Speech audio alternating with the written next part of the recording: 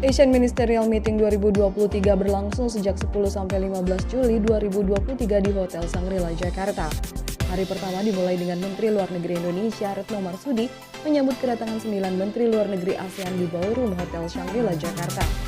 Dalam pertemuan pertama, Menteri Luar Negeri Retno Marsudi kembali menegaskan peran penting ASEAN dalam membangun perdamaian dan perekonomian dunia.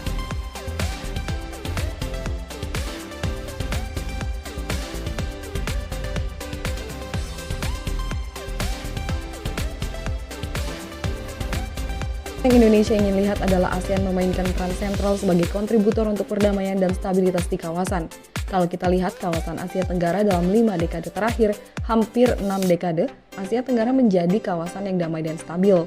Dan karena kita memiliki stabilitas dan perdamaian, maka kita bisa mencapai kesejahteraan di kawasan. Lihatlah pertumbuhan ekonomi di Asia Tenggara.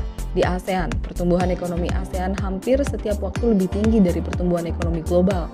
Pertumbuhan ini, kesejahteraan ini hanya bisa dicapai jika ada perdamaian dan stabilitas, dan ASEAN telah berhasil sejauh ini. Itulah mengapa dalam pertemuan AMM-PMC kami ingin mengulangi peran sentral ASEAN untuk menjadi kontributor dan lokomotif perdamaian dan stabilitas di kawasan.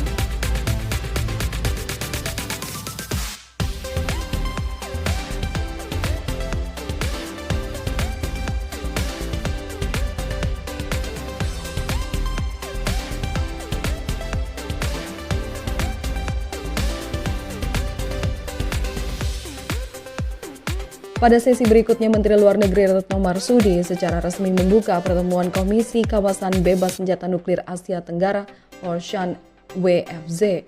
Dalam sambutannya, Menlu Retno menekankan prioritas ASEAN untuk mempertahankan perdamaian dan stabilitas di kawasan. Menurutnya, kedua hal itu merupakan landasan untuk menjadikan ASEAN sebagai pusat pertumbuhan dunia. No weapons is more powerful and destructive than nuclear weapons. And with nuclear weapons, tidak ada senjata yang lebih kuat dan merusak dibandingkan senjata nuklir. Dan dengan senjata nuklir, kita menjadi lebih dekat dengan kerusakan global. Oleh karena itu, kita harus menjaga agar Asia Tenggara menjadi kawasan bebas senjata nuklir. Free of nuclear weapons. Dalam pertemuan berikutnya, Indonesia mendorong dibentuknya pelembagaan dialog tentang hak asasi manusia di dalam pertemuan Menlu ASEAN dengan ASEAN Intergovernmental Commission on Human Rights (AICHR) Representative. Usulan Indonesia agar dialog human rights, dialog mengenai hak asasi manusia di dalam konteks ASEAN ini dilembagakan. Jadi akan ada pertemuan rutin, ada interface dengan kita, para Menteri Luar Negeri, dan dalam pertemuan tadi ide tersebut secara prinsip diterima dengan baik.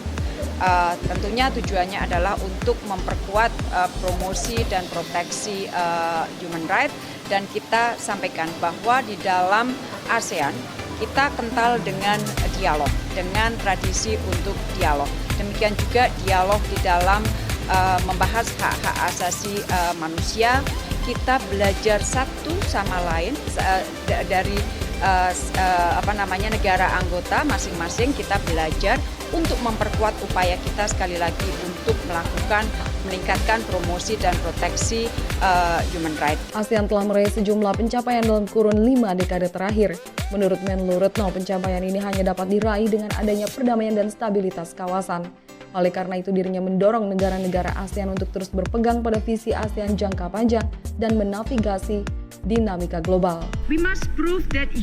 Kita harus membuktikan bahwa dengan bersatu, kita bisa menjawab tantangan yang ada, sekaligus siap mengantisipasi dan menjawab tantangan di masa depan. Inilah mengapa visi ASEAN jangka panjang sangat penting.